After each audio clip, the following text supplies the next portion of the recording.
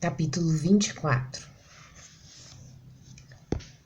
Natã, que... é você, Zadok? Perdoe-me o meu intrometimento, mas tenho observado há algum tempo. Você esteve para entrar na sala do trono várias vezes. Creio que para falar com o rei, não é? Sim, Zadok. Era essa a minha intenção. Mas mudei de ideia. O rei não precisa de mim. Estou desapontado, Natã. Na minha opinião, o rei está precisando muito de você. Ele está enfrentando a mais difícil prova da sua vida. Não estou absolutamente certo de que ele passará bem por uma prova tão dura como esta. Ele já passou por essa prova, Zadok, respondeu Natã, com uma segurança na voz que indicava a verdade de que ele era um profeta de Deus.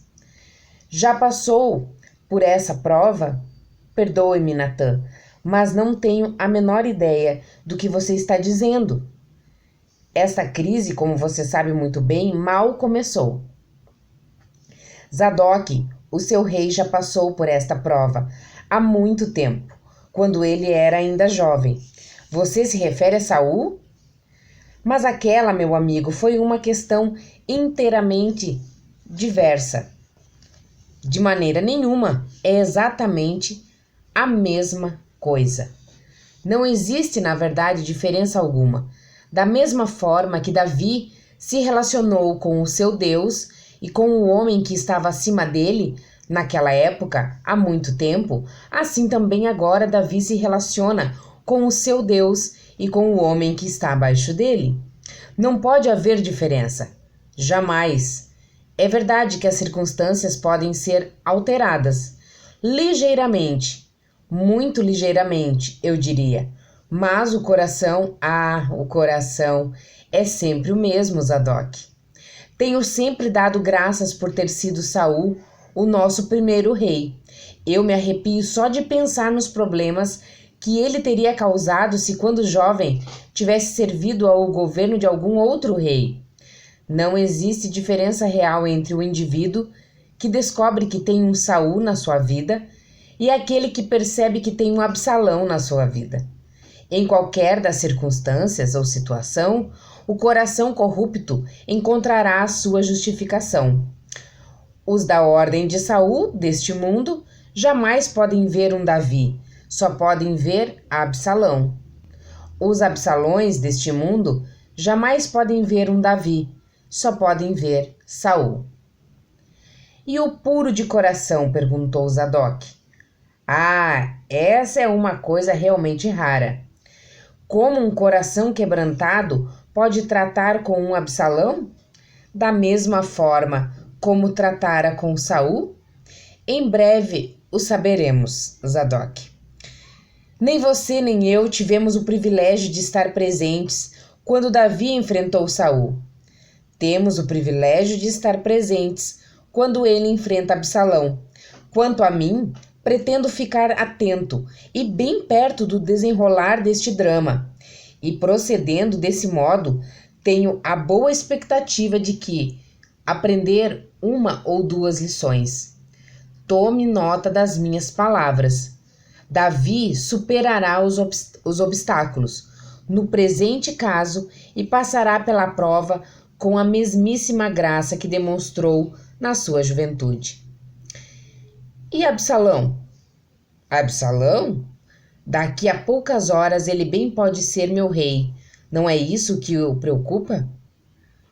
Essa possibilidade, respondeu Zadok, quase com humor. Natã riu-se. Se Absalão subir ao trono, que os céus tenham misericórdia de todos os Sauís, Davis e Absalões do reino.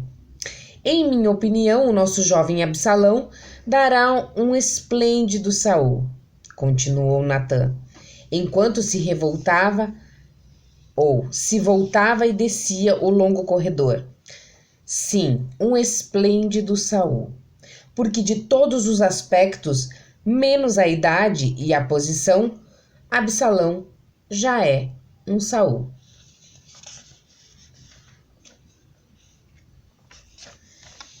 Capítulo 25. Obrigado por teres vindo, Zadok, meu rei. Tu és sacerdote de Deus. Poderias contar-me uma velha história? Que história, meu rei? Conheces a história de Moisés? Conheço-a. Conta-a para mim. É muito comprida. Quer que eu conte toda? Não toda. Então, que trecho? Fala-me da rebelião de Corá. O sumo sacerdote fixou os olhos ardentes em Davi. Davi devolveu o olhar também com os olhos chamejantes. Ambos compreendiam. Contar-lhe-ei a história da revolta de Corá e de que como Moisés se comportou em meio à rebelião. Muitos conhecem a história de Moisés, prosseguiu o sumo sacerdote.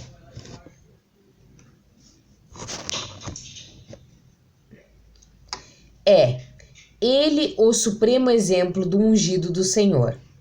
O verdadeiro governo de Deus descansa num homem, não no contrito coração de um homem. Não há forma nem método para o governo divino. Só há um homem com um coração contrito. Moisés foi esse homem. Corá não o foi, embora fosse primo irmão de Moisés. Corá queria ter a autoridade que Moisés tinha. Numa tranquila manhã, Corá despertou. Não havia discórdia no meio do povo de Deus naquela manhã. Antes que o dia terminasse, porém, Corá havia encontrado 252 homens que estavam de acordo com suas acusações contra Moisés. Então, houve problemas na nação durante o governo de Moisés? Perguntou Davi. Sempre há problemas nos reinos, respondeu Zadok. Sempre. Além disso, a habilidade para ver esse tipo de problemas é realmente uma faculdade muito comum. Davi sorriu e perguntou: Mas, Zadok, tu sabes que tem havido reinos injustos e governantes injustos, embusteiros e mentirosos que têm dominado e governado. Como pode um povo humilde julgar qual o reino que tem falhas, embora chefiado por homens de Deus, e qual é indigno da submissão dos homens? Como pode um povo saber? Davi parou, compreendeu haver-se deparado com o que mais desejava saber. Falou novamente com tristeza. E o rei? Como saberá ele? Pode ele saber se é justo? Pode saber se as acusações que lhe fazem são válidas? Há sinais.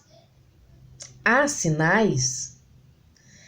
As últimas palavras de Davi revelam ansiedade.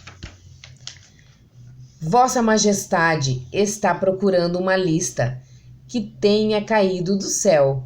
Ainda que tal lista existisse, ainda que houvesse algum modo de saber, maus homens ordenariam seus reinos de modo que se ajustassem a ela. E mesmo que existisse tal lista e um homem cumprisse seus requisitos com perfeição, haveria aqueles que afirmariam que ele não havia preenchido nenhum dos requisitos enumerados nela. Davi subestima o coração humano. Então, como o povo haverá de saber? Não saberá. Queres dizer que entre centenas de vozes que apresentam 1000 demandas, o humilde povo de Deus não tem nenhuma segurança de quem é verdadeiramente ungido para ostentar a autoridade de Deus a quem não é? Nunca terá certeza. E quem então poderá ter? Deus sempre sabe, mas ele não diz. Então não há esperança para os que têm de seguir homens indignos? Os netos deles compreenderão claramente tudo isso. Eles saberão. Mas e os apanhados no drama? Jamais terão certeza. Contudo, algo bom advirá de tudo isso. Que coisa é essa? Tão certo como o nascer do sol, o coração dos homens será provado. A despeito das muitas ordens e contra-ordens, revelar-se-ão os motivos ocultos do coração de todos os comprometidos. Isso talvez não pareça importante aos olhos dos homens, mas aos olhos de Deus e dos anjos. Sim, são coisas fundamentais. É preciso que se conheça o coração. Deus se encarregará disso. Abomino tais provas, respondeu Davi cansado. Detesto noites como a de hoje. Todavia parece que ele envia muitas coisas à minha vida para pôr à prova este meu coração. Esta noite mesmo, mais uma vez, sinto que meu coração está sendo provado. Sabes, Zadok, há uma coisa que me aborrece mais do que tudo. Talvez Deus tenha completado o processo comigo. Não há um modo de eu saber? Bom rei, não conheço outro governante em toda a história que sequer houvesse feito a pergunta. A maioria dos outros homens teria deixado os seus adversários, até mesmo os supostos adversários, em pedaços. Mas, respondendo à sua pergunta, não conheço nenhum modo mediante o qual Vossa Majestade possa saber se Deus já terminou com a sua vida. Davi suspirou e reprimiu um soluço. Então continua com a história. Corá tinha 252 seguidores, não é mesmo? O que aconteceu depois? Corá aproximou-se de Moisés e Arão com a sua tropa. Disse a Moisés que ele não tinha nenhum direito a toda a autoridade que estava exercendo. Bem, nós, hebreus, somos coerentes, não é mesmo? Riu-se Davi. Não, respondeu Zadok. O coração do homem é coerente. Diz-me qual foi a resposta de Moisés a Corá. Aos 40 anos de idade, Moisés havia sido um homem arrogante e obstinado, não muito diferente de Corá. O que ele teria feito aos 40 anos, não sei. Aos 80 anos, ele era um homem quebrantado. Ele foi. O homem mais manso que jamais existiu, interrompeu Davi. O homem que há de levar o bastão da autoridade de Deus deve ser. De outra sorte, o povo de Deus viverá aterrorizado. Sim, um homem quebrantado enfrentou Corá. E creio que o rei já sabe o que fez Moisés. Ele não fez nada. Nada. Oh, que bom, que homem. Ele se prostrou sobre o rosto, diante de Deus. Isso foi tudo o que ele fez. Por que ele fez isso, Zadok? Por que ele fez isso? Rei Davi, o Senhor é, dentre todos os homens, quem mais deve saber. Moisés sabia que fora somente Deus quem o fizera responsável por Israel. Nada havia que precisasse ser feito. Ou Corá e seus seguidores tomariam o reino, ou Deus provaria a inocência de Moisés. Moisés sabia disso. Os homens descobriram ser difícil imitar uma vida como aquela, não é mesmo? Um impostor com certeza jamais pretenderia poder falsificar tal rendição. Diz-me, porém, como foi que Deus defendeu Moisés? Moisés disse aos homens que voltassem no dia seguinte, com incenso e incensários, e Deus decidiria a questão. Então, disse ele ainda mais alto. Algumas vezes Deus nos diz. Davi estava emocionado. O que aconteceu depois? Corá e 2 dos seus amigos foram tragados pela terra. Os outros 250 morreram. Não importa. Basta dizer que se provou que Moisés tinha autoridade, vinda de Deus. Deus o disse. O povo conheceu quem, de fato, tinha autoridade vinda de Deus. E finalmente Moisés teve descanso. Não, ó rei, ele não teve descanso. E o povo não se satisfez com a resposta de Deus. Logo no dia seguinte, toda a congregação murmurava contra Moisés, e todos teriam perecido se não fossem as orações de Moisés. E os homens ainda lutam para se tomar reis. Davi meneou a cabeça perplexo. Zadok fez uma pausa e continuou. Rei Davi, percebo que o Senhor está perturbado com a questão do que é verdadeira autoridade. Deseja saber o que fazer com a rebelião? Se de fato é uma rebelião ou não? E na mão de Deus? Confio em que descobrirá a única coisa pura que deve ser feita. E faça. E com ela ensinará a todos nós. A porta abriu-se. Abissai entrou apressadamente. Bom rei, o seu filho, sua própria carne e sangue, proclamou-se rei em Hebrom. A impressão que se tem é de que todo Israel foi após ele. Ele planeja apoderar-se do trono. Está marchando para Jerusalém. Alguns dos homens da maior confiança do rei passaram para o lado dele. Davi afastou-se. Disse algo para si mesmo, mas fora do alcance dos ouvidos dos demais. O terceiro rei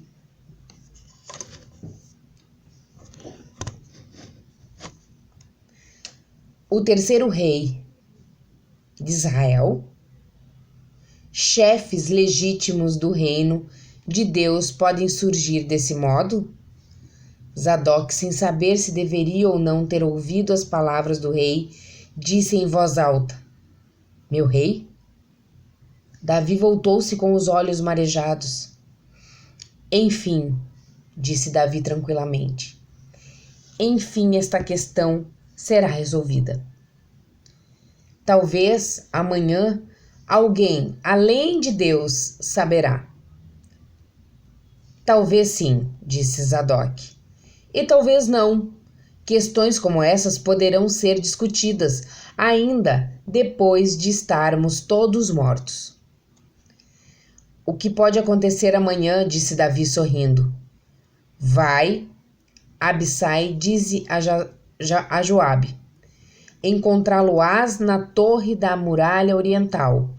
Abissai saiu, como entrou, apressado e furioso. Eu me pergunto, Zadok, disse Davi, pensativo, se alguém pode pressionar Deus a ponto de ele ter de dizer. Eu me pergunto, Zadok, disse Davi, pensativo, se alguém pode pressionar Deus a ponto de ele ter de dizer. Capítulo 26. Abissai atravessou apressadamente o pátio, entrou pela porta aberta junto à torre oriental e subiu a escada em caracol. Dentro, no topo da escadaria, Joabe olhou para baixo, para Abissai, apanhou uma tocha e começou a descer rapidamente. À luz oscilante das tochas, eles se encontraram, observando a face um do outro atentamente. Abissai falou: Você ouviu, Joabe?